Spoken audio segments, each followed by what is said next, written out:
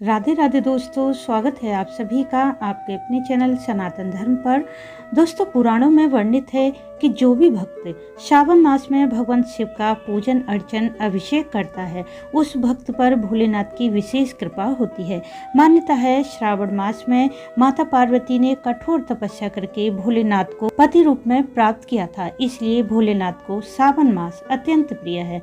और इसी मास अल्पायु ऋषि मार्कंडेय ने महादेव को प्रसन्न करके दीर्घायु का वरदान पाया था। इसी प्रकार भोलेनाथ के अनेक भक्तों ने इस मास भोलेनाथ की भक्ति आराधना करके मन की समस्त कामनाओं को पूर्ण किया।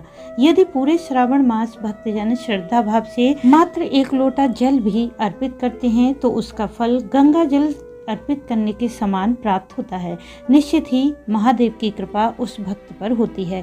इस मास मां पार्वती का भी मंगला गौरी स्वरूप में पूजन किया जाता है। सावन मास के मंगलवार को माता पार्वती का मंगला गौरी स्वरूप में व्रत पूजन करने से स्त्रियों को अखंड सुहाग, सुख, समृद्धि और संतान की प्राप्ति होती है और कुंवारी कन्याओं को उत्तम घर और वर मिलता है। इस मास में पड़ने वाले सावन के सोमवार, प्रदोष व्रत, सावन की शिवरात्रि और मंगला गौरी व्रत बहुत ही विशेष और फलदायी होते हैं। तो जान लेते हैं आज की वीडियो में कि साल 2024 में सावन मास कब शुरू है और कब समाप्त है। इस मास में सावन के सोमवार कब और कितने पड़ेंगे, साथ ही जानेंगे मंगला गौरी व्रत कब और कितने पड़ रहे हैं और जानेंगे कि सावन मास में किस प्रकार भोलेनाथ का पूजन करने से भक्तों को भोलेनाथ की कृपा शीघ्र मिलती है। साथ ही जानेंगे स्त्रियां पीरियड्स के समय किस प्रकार सावन माह का व्रत करें और जानेंगे सावन मास में क्या कार्य करें और कौन से कार्य बिल्कुल भी ना करें। सावन मास के जरूरी नियम क्या होते हैं, इन सभी बातों की जानकारी संपूर्ण रूप से जानने के लिए वीडियो को पूरा जरूर देखें। वीडियो अच्छा लगे तो इसे लाइक करें, साथ ही वीडियो को शेयर भी कर दें। यदि आप चैनल पर पहली बार आए हैं तो चैनल को सब्सक्राइब करना न भूलें, बेल बटन को भी प्रेस कर दें जिससे नई वीडियो का नोटिफिकेशन सबसे पहले आपको मिल जाए। दोस्तों, इस बार साल 2024 में सावन मास 22 जुलाई दिन सोमवार से शुरू होकर 19 अगस्त दिन सोमवार को ही समाप्त है। इस प्रकार सावन मास इस बार 29 दिनों का है, जिसमें पहला सोमवार 22 जुलाई को है, दूसरा सोमवार 29 जुलाई को और तीसरा सोमवार 5 अगस्त को है। चौथा सोमवार 12 अगस्त को पड़ेगा और पांचवा सोमवार 19 अगस्त को है। वहीं मंगला गौरी व्रत में पहला व्रत 23 जुलाई दिन मंगलवार को, दूसरा मंगला गौरी व्रत 30 जुलाई को पड़ेगा, तीसरा मंगला गौरी व्रत 6 अगस्त और चौथा मंगला गौरी व्रत 13 अगस्त को पड़ेगा।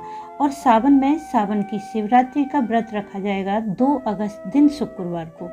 दोस्तों, सावन का महीना अत्यंत ही श्रेष्ठ होता है। पौराणिक मान्यता है कि सावन माह में भोलेनाथ ने समुद्र मंथन से निकले हलाहल विष को अपने कंठ में धारण किया था। इस विष से महादेव का कंठ नील वर्ण का हो गया। इसके ताप को कम करने के लिए सभी देवी देवताओं ने और इंद्र ने जल की वर्षा की, शिव जी पर जल अर्पित किया। इसी कारण सावन में शिवलिंग पर जल अर्पित करने का विशेष महत्व होता है। ऐसा माना जाता है कि आप वर्ष भर भगवान शिव का पूजन अर्चन, प्रार्थना, मंत्र जाप नहीं कर पाते हैं और मात्र सावन मास में शिव जी का जलाभिषेक, पूजन, शिव जी के मंत्रों का जाप कर लेते हैं तो पूरे वर्ष की पूजा का फल केवल सावन मास में ही आपको प्राप्त हो जाता है। पुराणों के अनुसार पूरे सावन मास भक्तों को जल और फलाहार लेकर व्रत करना चाहिए, परंतु आज के समय में हर किसी के लिए पूरे महीने केवल फलाहार द्वारा व्रत करना संभव नहीं होता। इसलिए सावन मास में एक समय शुद्ध सात्विक भोजन लेकर भी आप पूरे सावन मास व्रत कर सकते हैं। और यदि एक समय भोजन करके भी पूरे सावन मास व्रत करना आपके लिए संभव नहीं है, मगर आप चाहते हैं कि आपको भगवान शिव की कृपा मिले, तो पूरे सावन मास आप शुद्ध सात्विक भोजन लेते हुए और कुछ नियमों का पालन करके शिव जी की अनंत कृपा प्राप्त कर सकते हैं।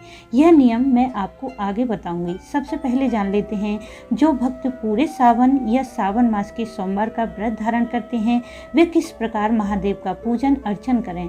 सबसे पहले आपको सावन मास के प्रथम दिन स्नानादि करके भगवान शिव के समक्ष यह संकल्प लेना है कि आप किस प्रकार सावन मास में व्रत धारण करेंगे, पूरे सावन मास का या फिर केवल सावन के सोमवार का आप पूरे सावन मास फलाहार लेंगे या फिर एक समय भोजन करेंगे। जिस प्रकार आपकी श्रद्धा है, शरीर की सामर्थ्य है, उसी प्रकार संकल्प करें। और यदि आप पूरे सावन मास का व्रत नहीं कर पाते हैं तो संकल्प की आवश्यकता नहीं है। बात करें भगवान शिव के पूजन की, तो व्रत करते हुए या बिना व्रत करे भी नित्य प्रति सावन मास में सुबह के समय स्नान आदि करके शिव मंदिर जाएं और भगवान शिव का पंचामृत द्वारा अभिषेक करें। यदि पंचामृत ना हो तो कच्चे दूध से या गंगा जल से भी अभिषेक कर सकते हैं, परंतु अभिषेक आप जरूर करें। यदि शिव मंदिर जाना आपके लिए संभव नहीं है तो आप अपने घर पर शिवलिंग की पूजा अभिषेक कर सकते हैं। पूजन में जितनी भी सामग्री आपको उपलब्ध हो जाए वह इकट्ठी कर लें। भगवान शिव को बिल्व पत्र, आक, धतूरा, शमी पत्र, कनेर के पुष्प, चंदन अर्पित करने से सभी सुख प्राप्त होते हैं और यह सभी सामग्री भगवान शिव को अत्यंत प्रिय है। तो इनमें से कोई भी एक वस्तु आप महादेव को अर्पित करते हैं तो शिव जी की अनंत कृपा आपको मिलेगी। भोलेनाथ को भोग में खीर, गुड़, हलवा, फल या मिठाई किसी भी वस्तु का भोग श्रद्धा भाव से लगा दें।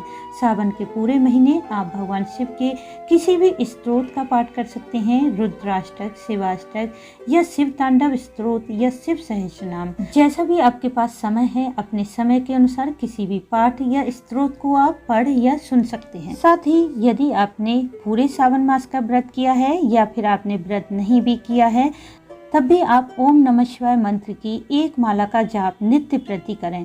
यदि आप माला से जाप नहीं करते हैं तो भगवान शिव के नाम का जितना संभव हो उतना जाप करें।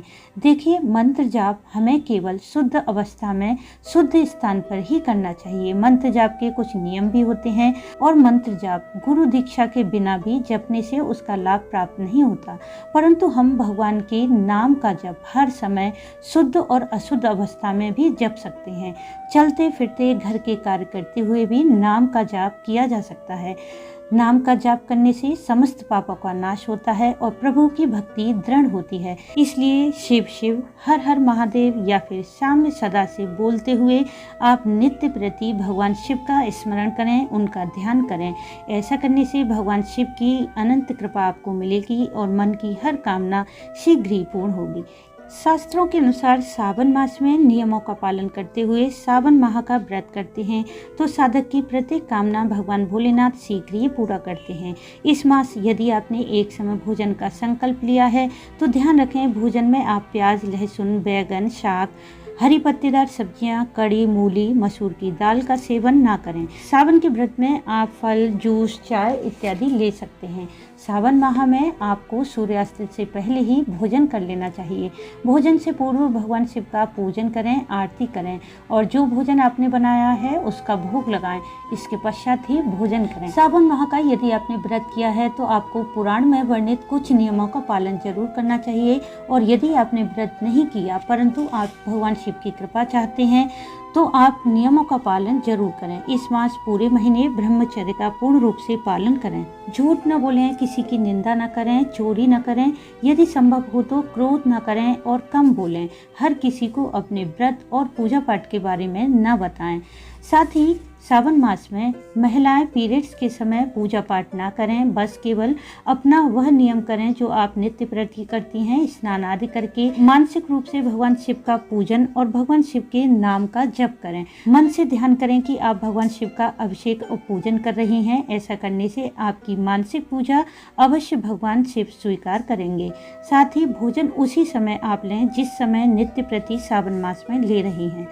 दोस्तों, सावन का महीना अत्यंत पवित्र होता है, इसलिए इस मास सभी नियमों का पालन करते हुए भगवान शिव की पूजा, आराधना, जलाभिषेक करते हैं तो मन की हर कामना पूर्ण होती है। तो उम्मीद है इस वीडियो से आपको लाभ अवश्य मिलेगा। वीडियो अच्छा लगा हो तो इसे लाइक करें, शेयर करें, साथ ही चैनल को सब्सक्राइब कर लें। वीडियो अंत तक देखने के लिए आपका धन्यवाद। राधे राधे।